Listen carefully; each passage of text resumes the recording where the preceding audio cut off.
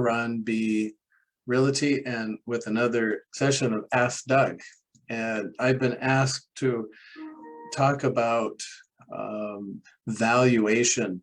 It keeps coming up, and there's so many ways to value your property, and it's confusing apparently to a lot of people. And yes, it is a skill, and it's not easy. But here's the question here: how do you determine value? How do you determine market value? How much is your home worth?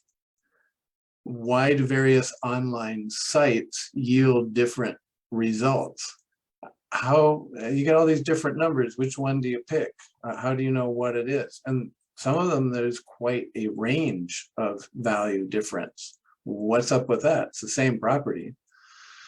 So you have different ways of valuing your property. There's your tax assessment. You've got real estate agents that will say things. You've got appraisers. You've got neighbors and homeowners that have their own opinion. And then you've got these online value estimators. And, you know, they all come up different. Hopefully they're within a same range. And then you got to ask, well, what's your goal? Why are you asking these questions? Are you selling?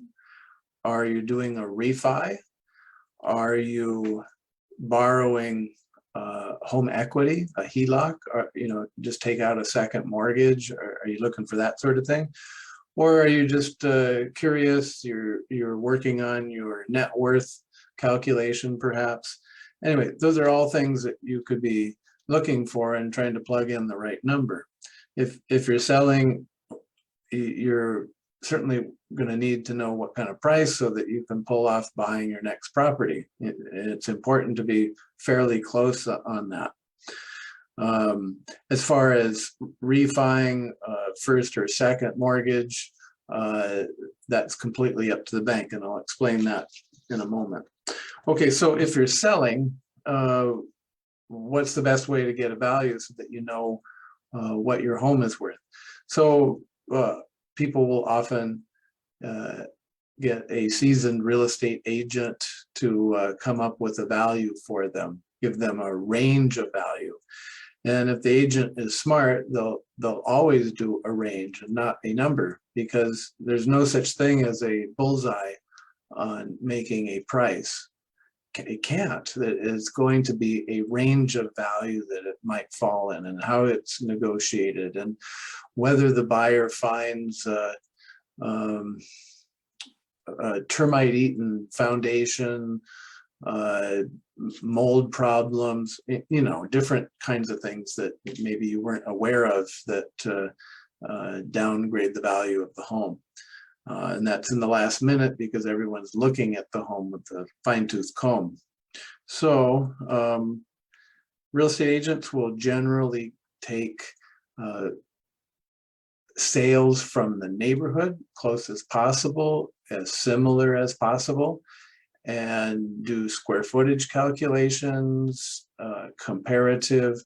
You've got condition, renovated kitchens and bathrooms, and new paint, new carpet, new cabinetry, swimming pool, no swimming pool. You need to throw all of that in the mix and come up with some kind of value that the subject house is going to sell for. You could also get an appraisal. Okay, so one of the issues on an appraisal, however, is that in a rising market like we're in, there can be a horrible lag of not taking into account the appreciation in the market. So they could take comparables. Usually they don't go more than 6 months back, but recently I've seen them go back a year, and the numbers are very low when they do that, and they don't take account for a buyer that might go to your property versus one in a different neighborhood but nearby. So you're competing for that same buyer in different neighborhoods, and it's gone up, but there's no comps for the appraiser to pick up to reflect that. And so you get a low appraisal. So you have to be aware of that. Tax assessment.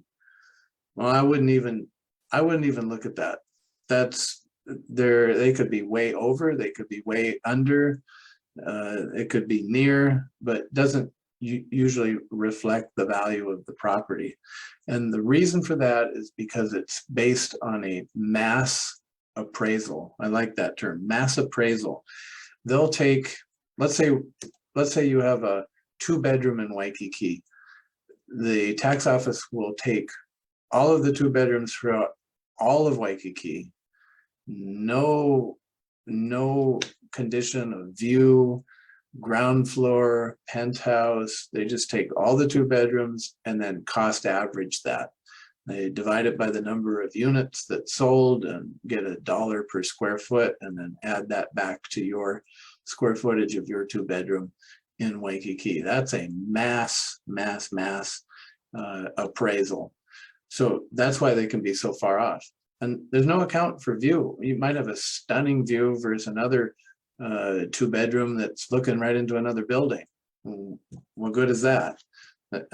Or they take no account for original condition, awful condition versus renovated. They don't, that's not computed.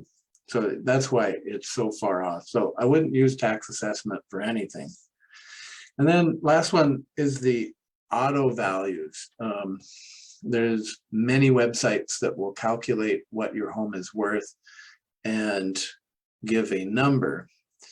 And that number goes up and down every single day because they're getting new data and adding and subtracting and such. But they have a problem too, in that they don't know if you're renovated, unrenovated. They don't take account view benefits and pricing. So you'll get a range. So what I like to do is to take all of them and see what kind of range of value you get for the tax assessment, the real estate agent, the appraisers. Maybe you've had an appraisal for a refi in the last 6 months or so. You can take that. And maybe you've had an unsolicited offer, or if you are on the market, you've had offers.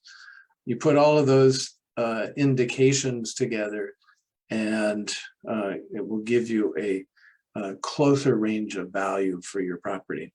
So that's it. Hope that helps in kind of understanding these different techniques that are used to get a number for you. You understand a little bit more on how those numbers come about. Okay, so that's it. Someone asked me to talk about that, so appreciate that, and look forward to other questions you may have, and hope that's been helpful, and have great holidays coming up here. Thanks.